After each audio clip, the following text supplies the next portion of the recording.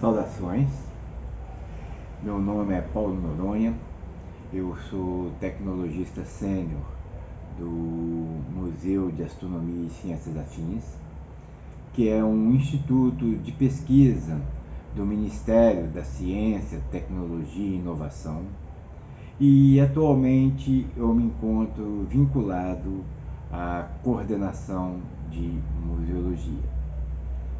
E é uma satisfação muito grande estar participando da 21ª Semana de Museus, tendo como tema gerador Museus, Sustentabilidade e Bem-Estar.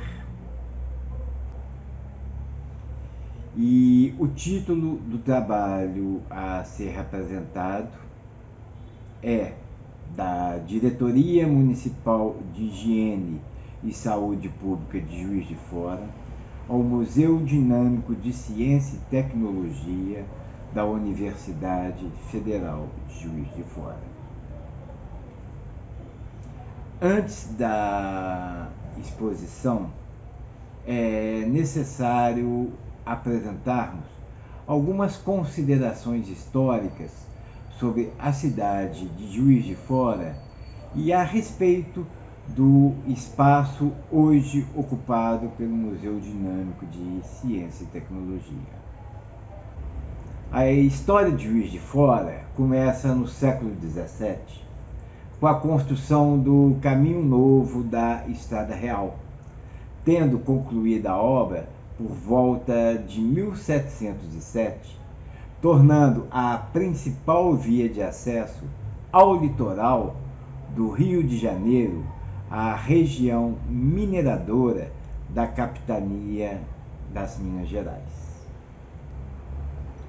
Em 1836, o engenheiro alemão Henrik Alfvén, então engenheiro-chefe da província de Minas Gerais, se encarregara da construção da estrada do Paraibuna, uma estrada que iria de Vila Rica, atual Ouro Preto, ao Rio de Janeiro. Nas margens do caminho foi construída a Fazenda de Juiz de Fora, que recebeu este nome em decorrência do emprego do seu proprietário original, os Juízes de Fora. Durante o período colonial, eram magistrados nomeados pelo rei para atuar em lugares onde não havia juízes. Até hoje não se sabe quem foi este misterioso personagem. Em 1850, iniciou-se a construção da estrada União-Indústria, por iniciativa de Mariano Procópio Ferreira Lage, com o objetivo de encurtar a viagem entre a corte e a província de Minas Gerais, e principalmente para o escoamento da produção do café. Com o crescimento desordenado da cidade, inexistência de códigos para a construção de habitações, falta de um sistema de esgoto ou de água em uma das cidades mais importantes de Minas Gerais, Henrik Alfvén, em 1860, sugeriu a contratação do engenheiro alemão Gustavo Dott para a elaboração do primeiro plano urbano de Juiz de Fora. Em 1889, é criada a Sociedade de Medicina e Cirurgia de Juiz de Fora, e uma de suas principais preocupações dizia respeito sobre a urgência da realização de ações visando minimizar problemas relacionados à insalubridade da cidade. Diante deste quadro, é contratado o engenheiro francês Georges Haiuan para elaborar um plano de saneamento para Juiz de Fora. Haiuan, na função de diretor de obras municipais sob a administração de Francisco Bernardino, Elaborou o plano entre 1892 e 1893, que incluía galerias de esgoto e calçamento de madeira. Entretanto, somente uma modesta parte do que foi planejado foi originalmente construído entre os anos de 1893 e 1894. A completa interrupção das obras se deu a partir da vitória de João Penido nas eleições para a presidência da Câmara Municipal de Juiz de Fora, em 1895, e o contrato entre a empresa industrial e construtora de Raiuan com a intendência municipal foi totalmente anulado. Em 1894, a Câmara Municipal de Juiz de Fora, em conjunto com as diretorias de obras públicas municipais, determina a construção de uma edificação para abrigar a Diretoria de Higiene e Saúde Pública de Juiz de Fora, tendo o médico Eduardo de Menezes o seu primeiro diretor. Não se sabe quem é o autor ou engenheiro responsável pela obra de construção da Diretoria de Higiene. Entretanto, encontramos uma placa de mármore com os seguintes dizeres: Te invocamos, ó Beta Trinetas, esta estação de higiene, construída a mando da Câmara Municipal, para bem da cidade, sendo presidente da Câmara Dr. Francisco Bernardino Rodrigues Silva e diretor de obras o engenheiro George Raiuan, 1894. Essa é a imagem da sede da Inspetoria Municipal de Higiene de 1894. Em 1900, médicos, políticos e membros da elite econômica local criam a Liga Mineira contra a Tuberculose, inicialmente instalada no prédio da Diretoria Municipal de Higiene, permanecendo neste local até 1909, quando cede lugar para o tiro de guerra Afonso Pena, que passa a ocupar parte deste prédio até o ano de 1916. Com a gradativa perda de importância da diretoria de higiene, principalmente com a criação de estabelecimentos hospitalares, suas atribuições se resumem à desinfecção e fiscalização das habitações e à vacinação da população. Também passa a executar ações diferentes da sua proposta original, como a análise do leite, visando combater a brucelose. Em 1931, por iniciativa do professor José da Rocha Lagoa, a Prefeitura Municipal de Juiz de Fora cede por decreto para a Escola de Engenharia o prédio que, após algumas reformas, seriam instalados os gabinetes de trabalho, os laboratórios e as oficinas para as aulas práticas da Escola de Engenharia de Juiz de Fora.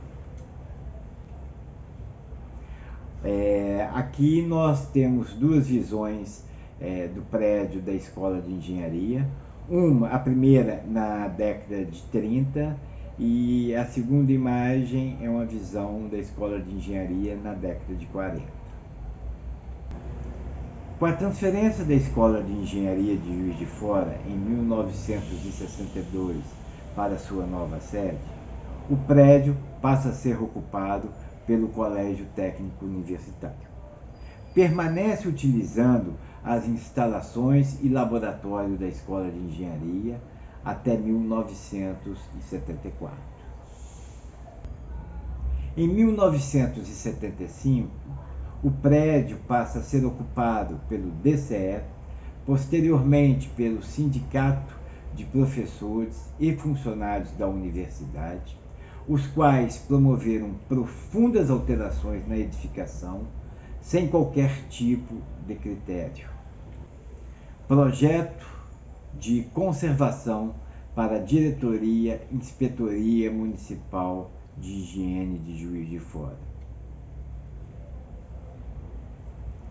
Aqui nós podemos encontrar o decreto número 5819, de 27 de dezembro de 1996, que dispõe sobre o tombamento do edifício da antiga Diretoria de Higiene, localizada na Avenida Getúlio Vargas, número 763. E está especificado o decreto de tombamento.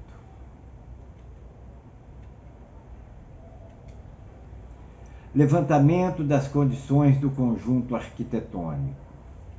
Neste conjunto de imagens, podemos verificar a real situação das condições que se encontrava o conjunto arquitetônico.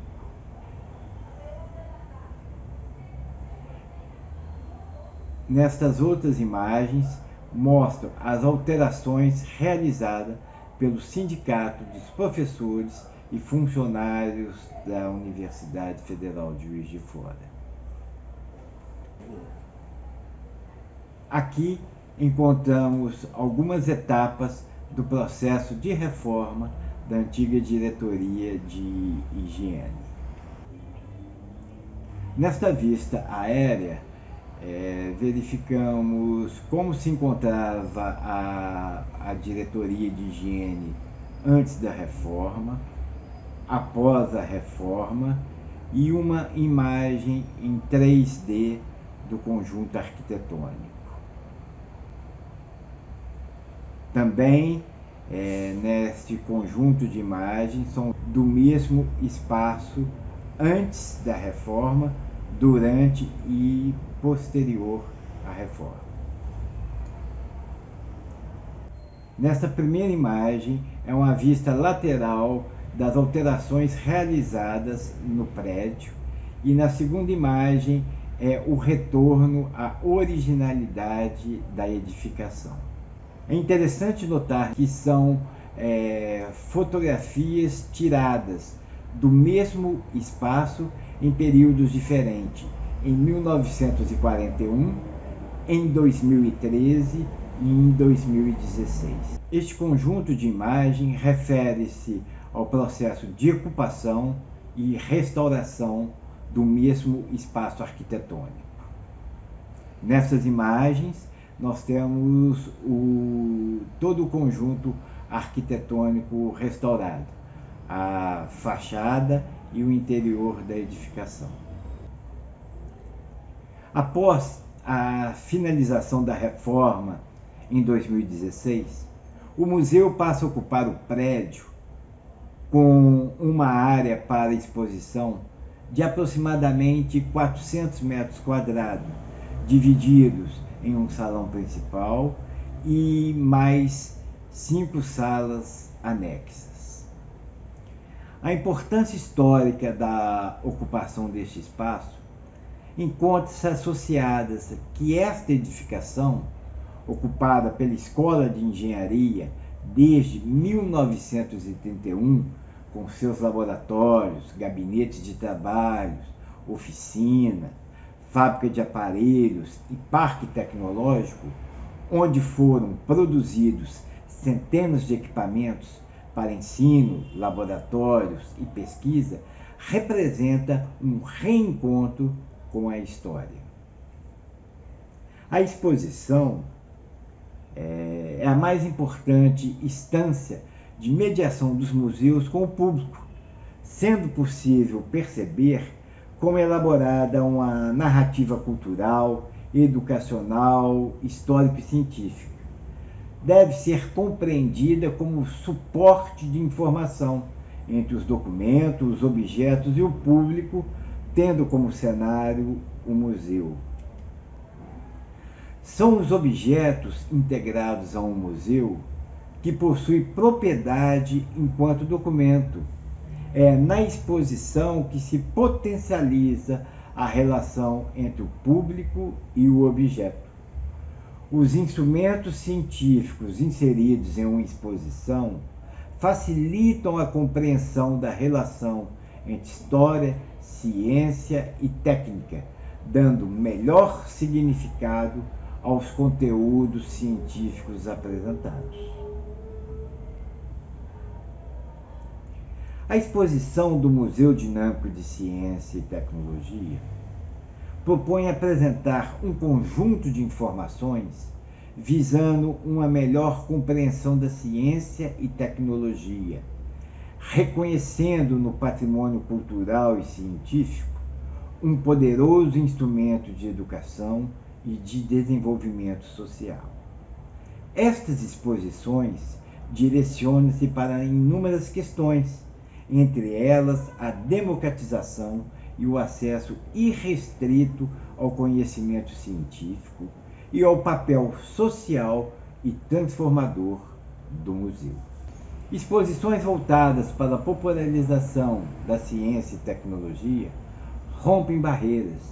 Isto nos permite desenvolvermos ações e programas institucionais, como a exposição apresentada pelo Museu de Astronomia e Ciências Afins, Produzindo Ciência, a fábrica de aparelhos da Escola de Engenharia de Juiz de Fora, fruto do convênio do MAST com a Universidade Federal de Juiz de Fora, Faculdade de Engenharia e o Museu Dinâmico de Ciência e Tecnologia, com o objetivo em divulgar um dos principais acervos universitários de ciência e tecnologia do Brasil.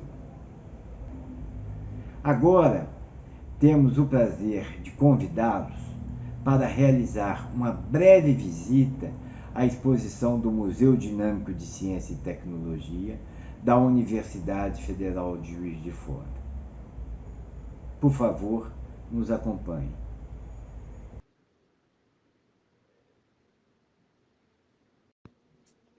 Sejam bem-vindos à exposição do Museu Dinâmico de Ciências e Tecnologia. Entre e fique à vontade.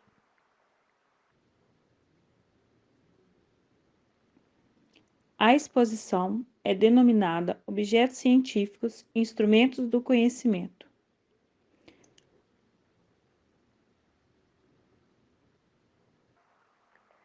Ao submergir na exposição, é importante que esteja atento ao que será visto, uma vez que cada instrumento é único, pois estão não só fisicamente, mas no acervo documental.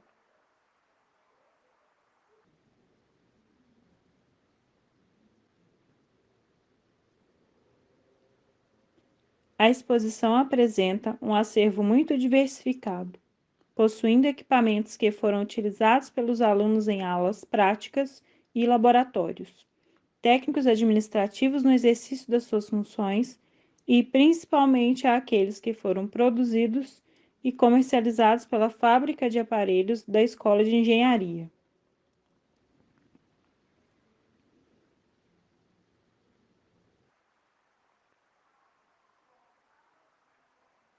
Muitos instrumentos estão funcionando e a precisão de alguns impressiona pela idade.